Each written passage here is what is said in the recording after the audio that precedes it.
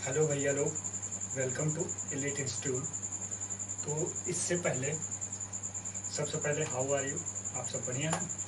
तो ठीक है भैया।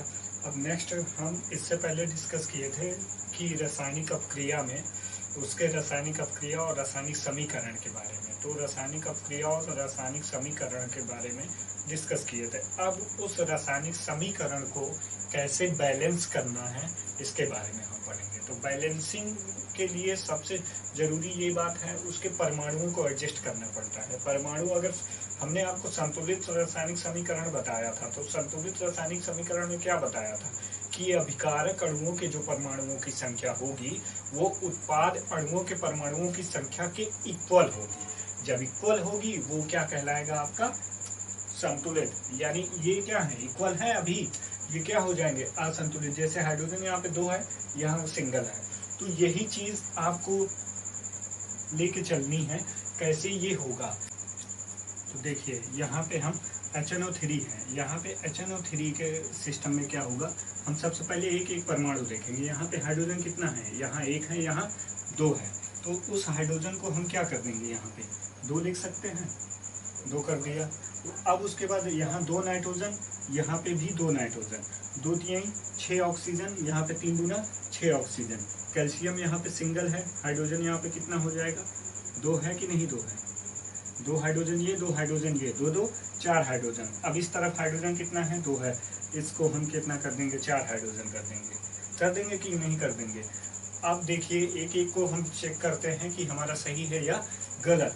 तो यहाँ पे देखिए 2HNO3 है, 2HNO3, 2 hydrogen, 2 nitrogen, 2 3 6 oxygen, oxygen 6 2 8 oxygen, 3 दूना 6, 6 2 8 ऑक्सीजन। कैल्शियम सिंगल, उसके बाद यहाँ पे 2 नाइट्रोजन, यहाँ पे 2 नाइट्रोजन।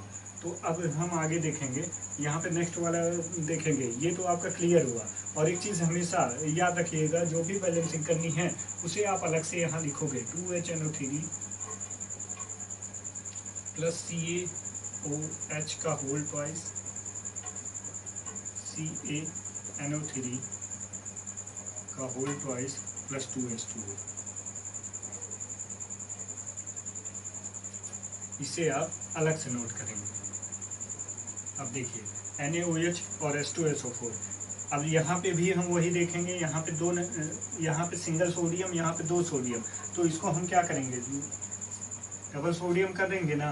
तो उसके बाद यहाँ पे देखिए 2 ऑक्सीजन हो गए, यहाँ पे 4 ऑक्सीजन, 4 1 5 ऑक्सीजन। यहाँ पे देखिए 4 ऑक्सीजन, 4 2 6 ऑक्सीजन। तो यहाँ पे हमको भी क्या करना होगा? 6 ऑक्सीजन करना होगा कि आगे 2 लगा दिया, 2H2O, 2 दूना 4। यहाँ पे देखो 2 दूना 4। सल्फर हमारा सिंगल है तो वो भी सिंगल है। तो इसे हम ऐसे ना लिख के, इसे भी हम क्या करेंगे? अलग से यहाँ पे नोट करेंगे। ये हमारा आएगा 2NaOH plus H2SO4 NO2 SO4 plus H2O। अब यहाँ पे नेक्स्ट, यहाँ पे NaCl, यहाँ पे भी वैसे चेक करेंगे। यहाँ सोडियम देखिए, सोडियम यहाँ सिंगल सिंगल दोनों बराबर हैं। क्लोरीन यहाँ पे 1 है, यहाँ भी क्लोरीन 1 है। Ag यहाँ पे 1 है, यहाँ भी 1 है। NO3 है, NO3 है। तो ये रिएक्शन क्या है? बैलेंस्ड है। इसे हमें बैलेंस करने की जरूरत नहीं है, ये बैलेंस है ऑलरेडी, ये संतुलित है, बैलेंस्ड। अब नेक्स्ट वाला क्या करेंगे? BaCl2 है, यहाँ H2SO4 है। तो Ba यहाँ 1 है, यहाँ भी 1 है, और Cl2 यहाँ है, यहाँ H2 है। यहाँ पे देखिए Cl2 नहीं है, आगे 2 लगा देंगे। अब हमारा, हम कभी ऐसे नहीं लिखते H2Cl2 नहीं करेंगे। क्यों नहीं करेंगे? रीजन ये है क्योंकि ये आयनिक बॉन्ड बनाता है। आयनिक बॉन्ड मतलब क्लोरीन के पास 7 इलेक्ट्रॉन होता है आखिरी में, हाइड्रोजन के पास 1 इलेक्ट्रॉन होता है। तो भैया ये क्या करेगा? 1 इलेक्ट्रॉन इसको देगा। 1 इलेक्ट्रॉन देगा तो इस बंदे के पास 1 प्लस होता है और Cl के पास 1 माइनस होता है। तभी तो दोनों Cl बनाएंगे। 2 2 रहता है, 2 2 कैंसिल करके सिंगल सिंगल करेगा और कंपाउंड बनाएगा क्या? HCl। ये सिस्टम होता है इसका। अब इसमें हम क्या करेंगे? यहाँ पे क्या करेंगे? 2 हटा देंगे, इसे हम अलग से नोट करेंगे। यहाँ हो जाएगा BaCl2, यहाँ पे हो जाएगा H2SO4, यहाँ पे BaSO4 प्लस HCl, आगे 2 लगा दिए। अब नेक्स्ट ये वाला क्या करेंगे? ये वाला साफ साफ आपको दिख रहा होगा क्या सिस्टम है। यहाँ पे देखिए 2, वहाँ पे 2, यहाँ ऑक्सीजन कितना है 2 है ना, इधर भी हम लगा दिए। अब यहाँ पे 2 हाइड्रोजन, 2 दूना 4 हाइड्रोजन हो गया, यहाँ पे 2 लिख दीजिए, ये बन जाएगा 2s2 आपका, इधर आएगा 2s2 प्लस O2। अब नेक्स्ट ये वाला देखेंगे, Ag यहाँ पे सिंगल है, यहाँ पे 2 है, तो हम आगे 2 लगा देते हैं। तो यहाँ पे सल्फर सिंगल, यहाँ भी सल्फर सिंगल, हाइड्रोजन एग्जिस्ट। अब यहाँ पे हम क्या करेंगे, अलग से ऐसे लिखेंगे 2Ag प्लस H2S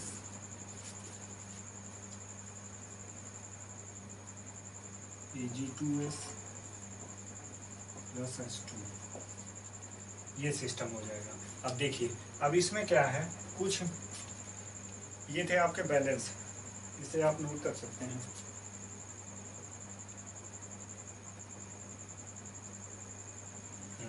अब देखिए, अब इसमें क्या है, कुछ अलग टाइप के बैलेंस इक्वेशन आपसे पूछ सकता है। अलग टाइप का मतलब ये है कि नाम लिखा रहेगा, ऐसे साफ लिखा रहेगा, nitric acid calcium hydroxide equal to calcium nitrate and water, ऐसे लिखा रहेगा जल। और आपको उसको फार्मूला बनाना पड़ेगा, फार्मूला बनाने के बाद तब बैलेंस करना पड़ेगा। तो यानी आपको फार्मूला भी पता होना चाहिए, और फार्मूला पता करने के लिए आपको चार्ज और वैलेंसी की जरूरत पड़ेगी। चार्ज और वैलेंसी, चार्ज यानी उसके ऊपर कितना चार्ज होता है। जैसे एस ब्लॉक के एलिमेंट हैं, एस ब्लॉक के पहले वाला जो है हेलिना ने की रब से फरियाद, उसका सिंगल होता है यानी +1 होता है, और सेकेंड वाले का +2 होता है। सबकी बैलेंसी, हमने बैलेंसी थोड़ा डिस्कस करते हैं। बैलेंसी में क्या होता है, आखिरी कोर्स में जो ऑक्टेट कंप्लीट करने के लिए जितना इलेक्ट्रॉन उसे चाहिए, वही क्या कहलाती है, उसकी बैलेंसी कहलाती है। जैसे नाइट्रोजन में, नाइट्रोजन की बैलेंसी 3 होती है, 5 इलेक्ट्रॉन चाहिए बंदे को, मगर 5 इलेक्ट्रॉन कभी Cl बनाता नहीं, क्योंकि डी ब्लॉक की अनुपस्थिति के कारण, क्योंकि इस बंदे के पास डी ब्लॉक नहीं होता है, इसलिए 5 है, ये नहीं बनाता है। तो वही है, अगर आपसे सेकंड नंबर पूछा जाता है सेकंड टाइप का, तो आपको उसमें फार्मूला पता होना चाहिए, बिना फार्मूले के वो सॉल्व नहीं कर सकते आप। अब देखिए, इसमें 2 टॉपिक होती है। फर्स्ट टॉपिक आपकी है संक्षारण, सेकंड टॉपिक है आपकी रेंसिडिटी, विकृत गंधिता बोला जाता है। देखिए, दोनों में डिफरेंट क्या है, संक्षारण और विकृत गंधिता। संक्षारण का मतलब होता है कोरिजन, कोरिजन का मतलब है कि दोनों में एक चीज कामन है। कामन क्या है, ऑक्सीजन, आर्द्रता, नमी, ये 3 चीज कामन होगी। जब कोई धातु यानी मेटल, जब कोई मेटल यानी धातु वायु, आर्द्रता, ऑक्सीजन की वजह से, यानी ऑक्सीजन की वजह से जब कोई धातु, आर्द्रता यानी जब कोई धातु वायु, आर्द्रता, ऑक्सीजन की वजह से उसकी परत, उस धातु की परत या धातु ही नष्ट होने लगती है, तो वह क्रिया क्या कहलाती है, संक्षारण कहलाती है। और सीधा सीधा कहने का मतलब, इसका एग्जाम्पल आप देखिए, एग्जाम्पल क्या है, जंग लगना। जंग लगना, अरे आम भाषा में बोलते हैं मूर्छा लग जाता है, तो वही है, क्या बोलते हैं, वो संक्षारण होती है। वायु, आर्द्रता, ऑक्सीजन की वजह से ऐसा होता है कि धीरे धीरे उसकी परत नष्ट होने लगती है। सेकंड नंबर आता है विकृत गंधिता, इसे इंग्लिश में बोलते हैं रेंसिडिटी। तो रेंसिडिटी में डिफरेंट ये है कि इसमें भी वही बात कॉमन है, वायु, आर्द्रता और नमी से जब कोई खाद्य सामग्री नष्ट होगी। जैसे मान लो अगर कोई भी खाद्य सामग्री ले लो, जैसे रोटी ही ले लो, रोटी को अगर हम किसी डब्बे में भर के रख देते हैं, 3-4 दिन बाद देखो प्यारा सा फफूंद दिखेगा, उसमें दिखता है या नहीं दिखता है, ऐसे फूल टाइप के कुछ निकल आते हैं, तो वो क्या होता है, विकृत गंधिता। विकृत मतलब अजीब सी, गंधिता मतलब गंध आने लगे, उसे कहते हैं क्या, विकृत गंधिता। तो दैट्स ओवर, आज की क्लास इतनी ही आपकी। उसके बाद हम इसके आगे डिस्कस करेंगे क्या, रासायनिक समीकरण के प्रकार में बहुत सारे हैं, विस्थापन अपक्रिया, संयोजन अपक्रिया, ऑक्सीडेशन, रिडक्शन वगैरह, इन सब के बारे में डिस्कस किया जाएगा। तो अभी तक तो आपके इतने ही हुए। तो एक चीज और, बुक वगैरह पढ़ने प्रेशर डालिए, क्योंकि बुक से क्या होगा, आपको स्टेटमेंट लिखने का थोड़ा सा ज्ञान होगा। So that's all, thank you class. अरे वो खाने का ये अब मेरी बात है